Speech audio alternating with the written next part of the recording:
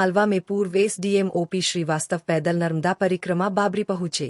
गृह सचिव ने सेवानिवृत्त होते ही पैदल नर्मदा परिक्रमा का मार्ग चुना। सिवनी मालवा। मध्य प्रदेश शासन से सेवानिवृत्त गृह सचिव सिवनी मालवा में एसडीएम के पद पर रहे ओम प्रकाश श्रीवास्तव एवं उनकी पत्नी श्रीमती भारती श्रीवास्तव सहायक संचालक शिक्षा विभाग से सेवानिवृत्त हुई। दोनों नर्मदापुरम से पुणे सलिलमा रेवा की पैदल परिक्रमा का संकल्प लेकर शुरू की। शुक्रवार को वे सिवनी मालवा के आवला से बाबरी घाट पहुंचे।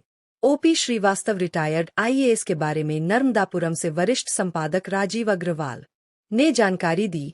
फिर सिवनी मालवा से पत्रकार रामशंकर दुबे एवं पत्रकार उमेश गौड़ ने नर्मदा पथ मार्ग पर दोनों का पुष्पा से स्वागत किया। चर्चा में श्रीवास्तव जी ने बताया कि कोठी बाजार नर्मदापुरम में उनका देह विदेह आश्रम है, जो नर्मदा परिक्रमा वासियों की ठहरने एवं भोजन व्यवस्था होती है। उन्होंने बताया कि वे पिछले 17 वर्षों से मां नर्मदा के समीप प्रशासनिक सेवा का अवसर मिला, तभी उन्होंने संकल्प लिया कि सेवानिवृत्त होने के बाद मां नर्मदा की पैदल परिक्रमा करेंगे। मां नर्मदा की परिक्रमा बड़ी पौराणिक है। व्यक्ति आत्म कल्याण और आध्यात्मिक प्रगति के लिए परिक्रमा करते हैं।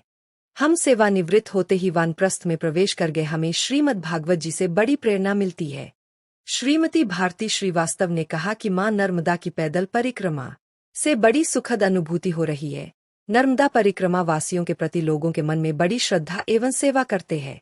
उन्होंने अंधविश्वास आडंबर चमत्कार से दूर रहे। हमको स्वयं अपना उद्धार करना है।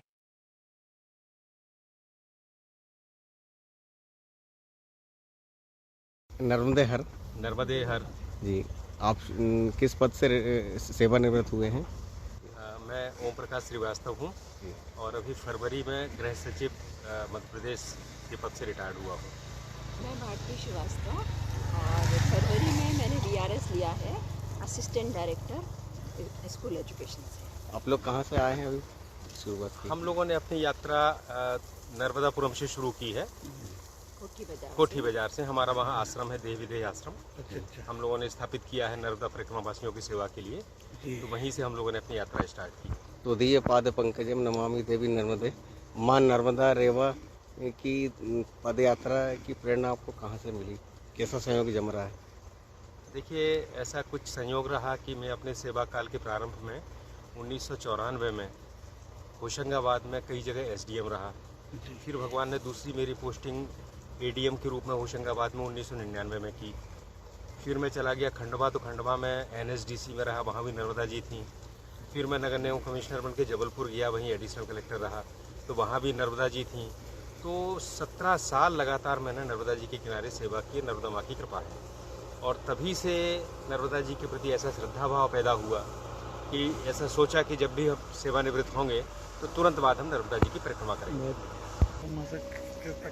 किन उद्देश्यों को लेकर परिक्रमा? देखिए, नर्मदा जी तो की परिक्रमा जो है बड़ी पौराणिक है जी। और हर व्यक्ति आत्म कल्याण के लिए और आध्यात्मिक प्रगति के लिए करता है जी। और दूसरा, सनातन धर्म के अनुसार जो 4 आश्रम होते हैं, वानप्रस्थ, ब्रह्मचर्य, गृहस्थ, वानप्रस्थ और संन्यास, तो हम लोग सेवानिवृत्त हो गए, मतलब हम लोग वानप्रस्थ में प्रवेश कर गए। अब जरूरी है कि अपने कल्याण के लिए भी काम करें और समाज को देने के लिए, बच्चों को सिखाने के लिए, मार्गदर्शन देने के लिए समाज के सक्रिय रूप से कटके लेकिन मार्गदर्शन के रूप में काम, पूछे सपोर्ट के रूप में काम करें।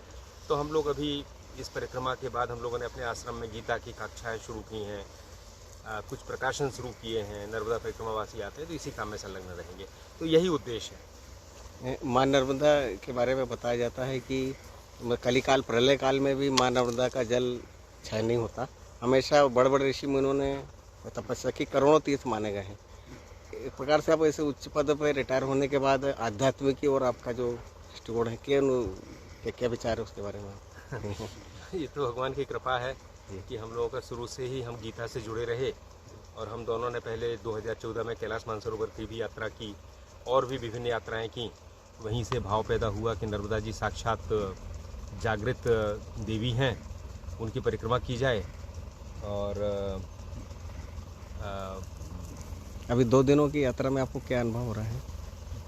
अभी तो बहुत कम समय हुआ है, लेकिन फिर भी एक तो बहुत मनमोहक दृश्य है। नर्मदा मैया में बड़ा आकर्षण है, जहाँ मिलती हैं देखने के लिए। दूसरा, सेवा हाँ, सुखद अनुभूति है और यहाँ के लोगों की बड़ा सेवा भाव है। बहुत सेवा भाव है। नर्मदा मैया के प्रति बहुत श्रद्धा है, ये सब पता चल रही है। मतलब लोगों का इतना श्रद्धा भाव है नर्मदा मैया के, मतलब परिक्रमावासी भी और जो भी निकलते हैं सबके प्रति श्रद्धा है। लोग बुला के खाना पीना के लिए कहते हैं। और दूसरे एक बात बताऊं मैं आपको कि लोगों में नर्मदा जी के किनारे रहते रहते जो वेदांत के सिद्धांत हैं उनको भी व्यवहार में उपयोग में लाते हैं। जैसे कल हमको एक कमल फौजदार मिले तो कुछ और यात्री थे तो उनसे बोले कि नाती पोतों से बाबा केवल शाम को 7 बजे के बाद बात किया करो, मन बड़ा चंचल है, दिन भर मामे लगाओ, ऐसा नहीं कि तुम्हारे नाती पोतों में और घर में लगा रहे।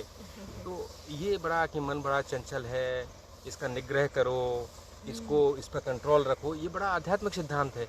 लेकिन वो इतनी सरल भाषा में वो सामान्य लोगों को भी बता रहा है। वो खुद भी सामान्य है, गृहस्थ है, और सामान्य लोगों को ऐसे बता रहा है। तो ऐसी बहुत चीज़ें हैं और भी हमने बहुत जगह इस तरह से देखा। ये सनातन धर्मावलंबियों को आप क्या संदेश देना चाहेंगे माँ नर्मदा के लिए?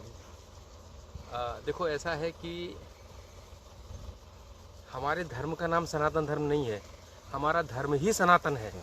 क्या उसकी विशेषता ये है कि ना तो उसको किसी ने बनाया है। भगवान राम और कृष्ण भी आए तो उन्होंने कोई अपना धर्म नहीं चलाया, धर्म सनातन ही रहा। और क्योंकि ये भगवान का स्वभाव है, ईश्वर का, ब्रह्म का स्वभाव है। गीता में कहते हैं कि ब्रह्म का जो स्वभाव है वही अध्यात्म है ना। तो हम लोगों को इस बात पे कुछ समझना चाहिए। और जो हम बहुत सारे पाखंडों में डूबे हैं, हम कहीं चमत्कारों के पीछे भागते हैं कि कोई कुछ हमारे लिए कर देगा, तो सनातन धर्म कहता है, गीता कहती है, उद्धरेद आत्मनात्मानम आत्मानम अपसादेत। तुम खुद अपना उद्धार करोगे, खुद अपने पतन के लिए जिम्मेदार होगे। तो कोई ये कहे कि कोई बाबा हमको कोई ताबीज़ दे देगा, रुद्राक्ष दे देगा या कोई गाली गलौज कर देगा तो हमारा उद्धार हो जाएगा, ऐसा कुछ नहीं होता। आपको खुद अपने लिए आध्यात्म में मेहनत करना पड़ेगी, पुरुषार्थ करना पड़ेगा।